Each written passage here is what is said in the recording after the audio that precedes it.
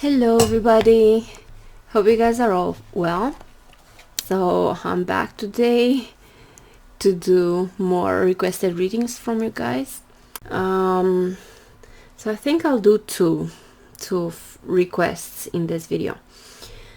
Okay, so the first one, the question is, will a Democrat or a Republican be inaugurated January 20th, 2025? I think we did something similar before. I don't remember exactly, but let's do it again. Let's try again and see what we get this time. What is most likely to happen? Will a Democrat or a Republican be inaugurated in January?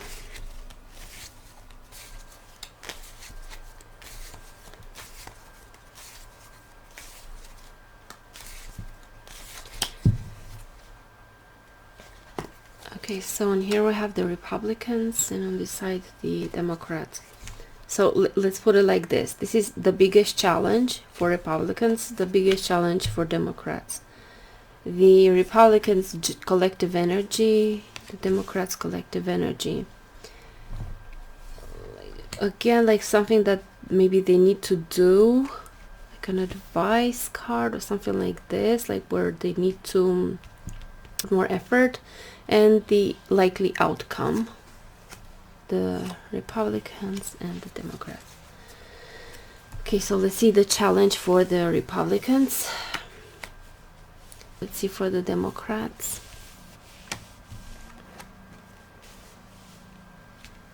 Okay, the collective energy for the Republicans, temperance. The Democrats, Ace of Cups. Let's see. Democrats, not good. Let's see the outcome. Okay, so the Republicans, we have in the position of the biggest challenge, and I see the Lovers as the partnership, the pact, the person that they chose to run with. This is the biggest challenge, the candidate they chose. In the position of the advice of like what they should have done, or maybe what they still could do, I don't know, I'm seeing the Queen of Pentacles in this position, and I see this as Nikki Haley. So to me, this is an indication that they would have had, or they would have a better chance at winning with her as a candidate. Now for the position of the overall energy for the Republicans, we have the Temperance, and this means like balance, control. So like in this race, they're pretty close. You know, it's a tight race between Biden and Trump. They're not that far apart. So that's how I'm seeing this energy. Like the Republicans, despite having a convicted felon running as their president, a lot of people are still willing to vote for him. Maybe actually they're even more encouraged to vote for him. From what I know, in certain states, you're not allowed to vote if you're convicted or a felon, or if you're in prison, but you're allowed to run for president. This is nuts. Now for the Democrats, in the position of the biggest challenge, we have the Death card, and I'm connecting this with Biden's age. He's the oldest US president. I think before him the oldest was Ronald Reagan. He was 77 when he was in office. Biden will be 82 at the end of November. So this may pose a big issue for a lot of people. It's either a fear of him passing, or a fear of him not being able to do his job properly. You know, like being a president, it's a very stressful job to have, a very tough position to be in, and you need a lot of energy. So they see it as a weak spot for Biden. The idea that he may not have as much energy or maybe mental acuity for this position. So this could be an issue for a lot of people. And also for the position of the general energy for the Democrats. With these cups here, I'm seeing again emotions out of control, and I think it may have to do with the war in Israel and the Gaza and Palestinians. And I think this might also impact Biden in a negative way, because again, it polarized people. There's one side, could be a lot of Jewish people that might consider that Biden is not doing enough to protect Israel. So it could be that a lot of these voters, even though that they don't like Trump, but they will vote on the issue of Israel because they know that Trump will protect Israel. And then you have the other side, the pro-Palestinians, that consider that Biden is not helping them enough and that he's helping Israel and that he shouldn't help Israel at all. So maybe a lot of these voters will not vote at all because they're so, see, these emotions run high. They're so emotionally invested in this that this would be the thing that matters the most to them. So it's like either way, Biden loses. Now we have the Five of Pentacles on the position of the advice. And I'm getting a sense of like disappointment, let down. People feel like they're not getting what they need, what they want, at least on certain issues. It can also be about finances. I mean, most of us are going through financial hardships right now because of, the global situation, the inflation, prices get higher, stuff like that. So there's this dissatisfaction, and maybe it's like in contrast with Joe Biden,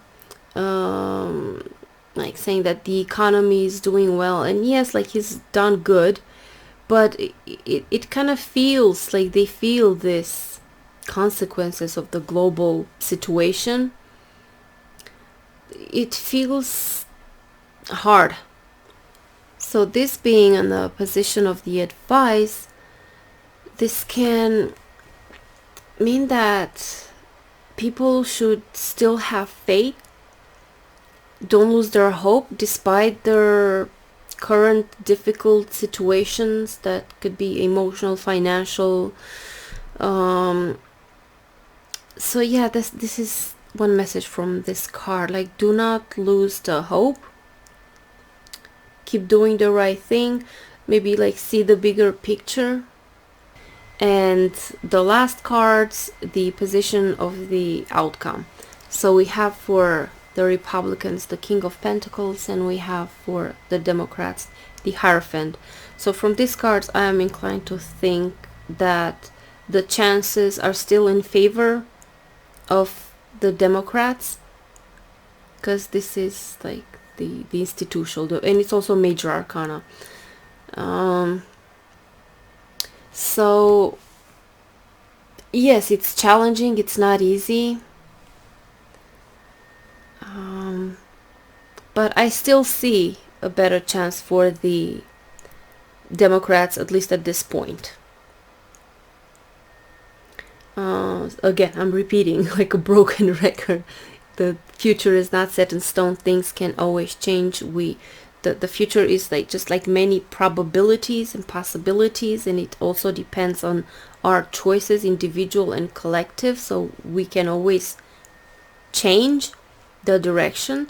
But from what I'm picking up from here, even though it's very challenging for the Democrats, I still see a better chance for them to win. Okay, now the other request is Trump gonna make it to the elections or Nikki Haley? I think RNC gonna replace him with Haley. Alright, so let's see. Will they replace Trump with Nikki Haley? What are the chances? Okay, so on this side Trump, on this side Nikki Haley.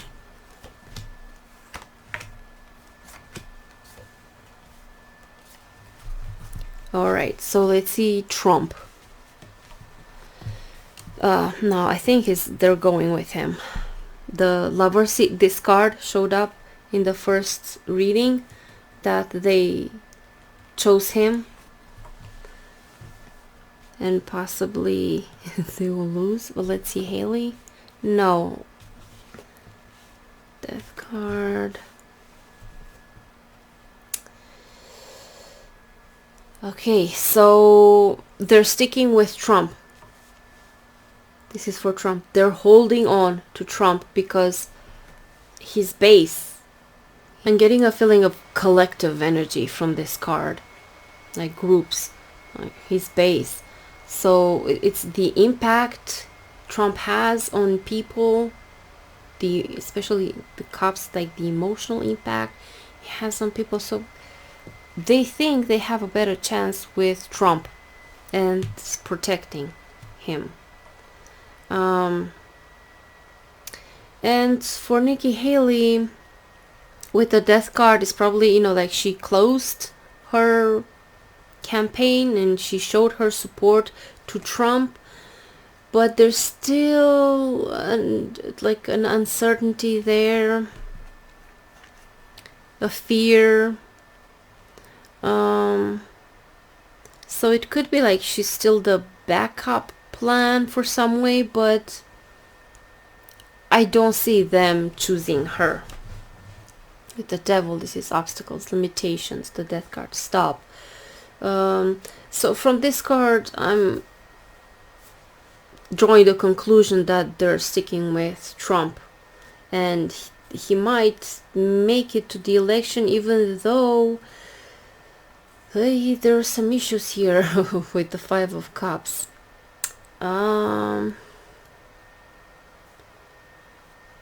Probably, well, of course, it has to do with the trials and the indictments. Yeah, so this is what I can say about this question. It's more likely that they're going with Trump all the way, and he might actually make it to the election. Yeah, so this is it for today. This is what I could see in the cards. So thank you guys for watching. Thank you for all your support. I appreciate all of you, and I'll see you guys soon. Take care and have a beautiful day. Bye bye.